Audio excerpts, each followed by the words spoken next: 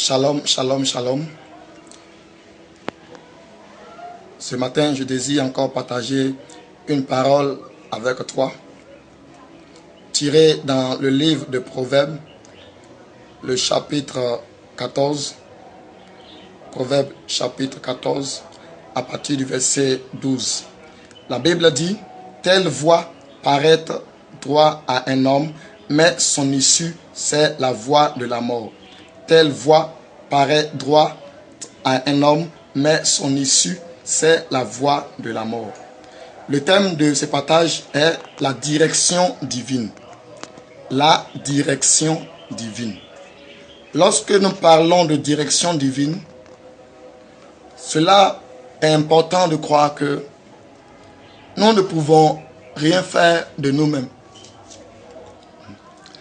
Si aujourd'hui beaucoup de chrétiens, beaucoup de personnes détruisent leur vie ou freinent même le plan de Dieu les concernant, ou échouent le plus souvent, c'est parce qu'on a l'habitude d'agir par notre propre intelligence, d'agir par notre propre pensée, notre propre force.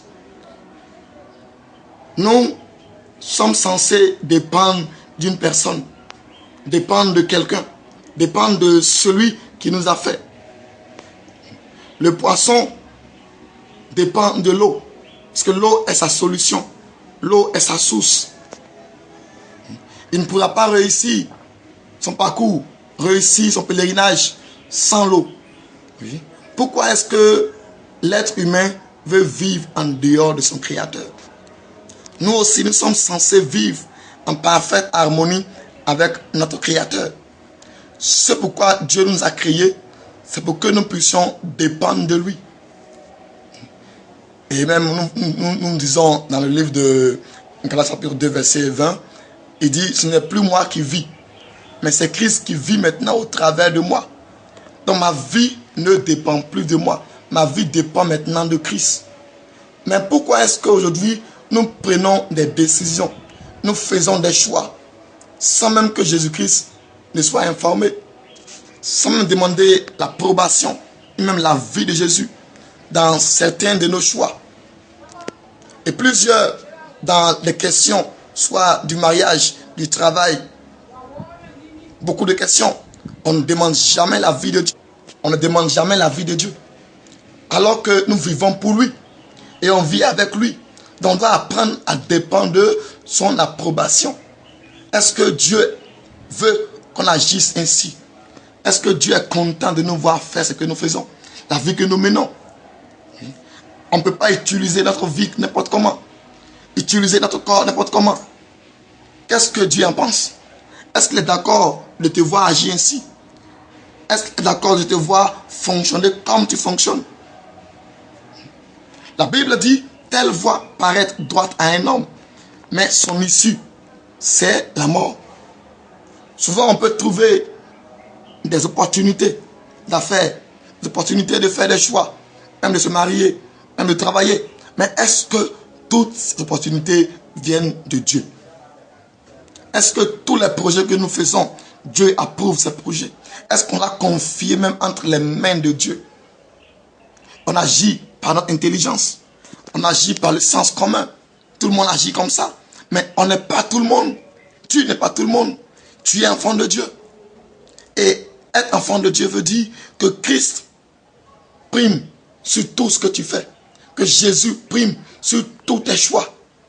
Tout ce qui t'arrive doit être contrôlé ou conduit par la puissance de Jésus. Si beaucoup ratent souvent leur mariage, ratent leur vie, détruisent leur vie, tombent dans des erreurs, commettent certains péchés, font certaines choses, c'est parce que nous ne demandons jamais la vie de Dieu dans tout ce que nous faisons. On pense être intelligent. On pense être sage.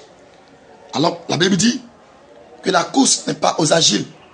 Même ceux qui sont intelligents, même ceux qui ont la capacité, mais tout dépend de la grâce qu'ils ont.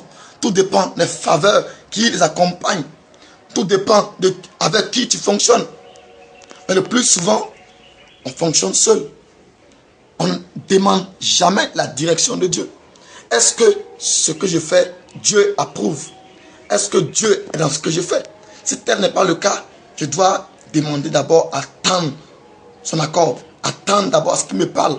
Souvent on prie et on n'attend pas l'accord de Dieu et on se lève, on commence à agir. Tu as prié, c'est bon. Tu as demandé, c'est vrai. Mais attends ce qu'il te parle d'abord. Lorsque nous prions, nous devons attendre d'abord que Dieu nous parle, que Dieu nous confirme qu'il est avec ce que nous désirons faire. Mais dès que tu parles à Dieu, c'est fini, tu te lèves, tu t'en vas. Et tu vas commettre des erreurs. Et le plus souvent, c'est parce que nous sommes trop pressés. Et on veut faire comme tout le monde. On veut agir comme tout le monde. Alors que tu n'es pas tout le monde. Tu es différent. Ta vie doit être différente aussi. La Bible dit dans le livre de Proverbes, chapitre 21, verset 5, que les projets de l'homme diligent ne mènent qu'à l'abondance. Mais celui qui agit avec précipitation n'arrive qu'à la disette. L'homme diligent, ses projets mènent à l'abondance. L'homme qui est sage, l'homme qui prend le temps de se confier au Seigneur, de chercher son recours en Jésus, lui, il ne fait que prospérer, il ne fait qu'avancer. Mais l'homme qui est pressé, qui se précipite, qui ne prend jamais la peine de demander l'approbation, l'autorisation de Jésus avant d'agir, il commet toujours des erreurs. Et une telle personne peut voir une opportunité d'affaires. Parce qu'il a entendu déjà 100 millions, il a entendu 20 millions, 50 millions, il ne réfléchit même plus. Et il commet l'erreur. Il se jette, il investit dedans. Et il savait que l'affaire est une fausse affaire, est un faux projet, est une escroquerie. Mais comme il n'a pas pris le temps d'interroger d'abord Jésus, et d'attendre même son approbation, d'attendre son autorisation, il a commis l'erreur. Et plusieurs, on a commis beaucoup d'erreurs parce qu'on n'a jamais cherché à attendre le temps du Seigneur, chercher à agir selon la direction de Dieu. Est-ce que Dieu approuve ce que nous faisons? Et la Bible dit que David était l'homme selon le cœur de Dieu. Parce que tout ce qu'il faisait, il cherchait toujours la direction de Dieu dans tout. Même lorsqu'il savait que cette bataille était facile pour lui, il pouvait la battre, il pouvait la combattre plus facilement, même sans l'aide de Dieu. Mais il demandait toujours à Dieu, est-ce que je peux monter? Est-ce que je peux combattre? Si Dieu lui dit combat, il combat. Dieu lui dit non, laisse tomber, il laisse tomber. Mais le plus souvent, on veut tellement aider Dieu. On est tellement pressé pour se marier, tellement pressé pour travailler, tellement pressé pour avoir des enfants qu'on commet des erreurs. Et on tombe dans beaucoup de compromissions, dans beaucoup de plans diaboliques qui finiront par détruire notre vie. Dites, celui qui agit avec précipitation ne mène qu'à la disette. Toutes les voies ne sont pas forcément de Dieu. Toute opportunité n'est pas forcément de Dieu. Il faut d'abord analyser, il faut discerner, il faut chercher d'abord la volonté de Dieu avant de t'engager.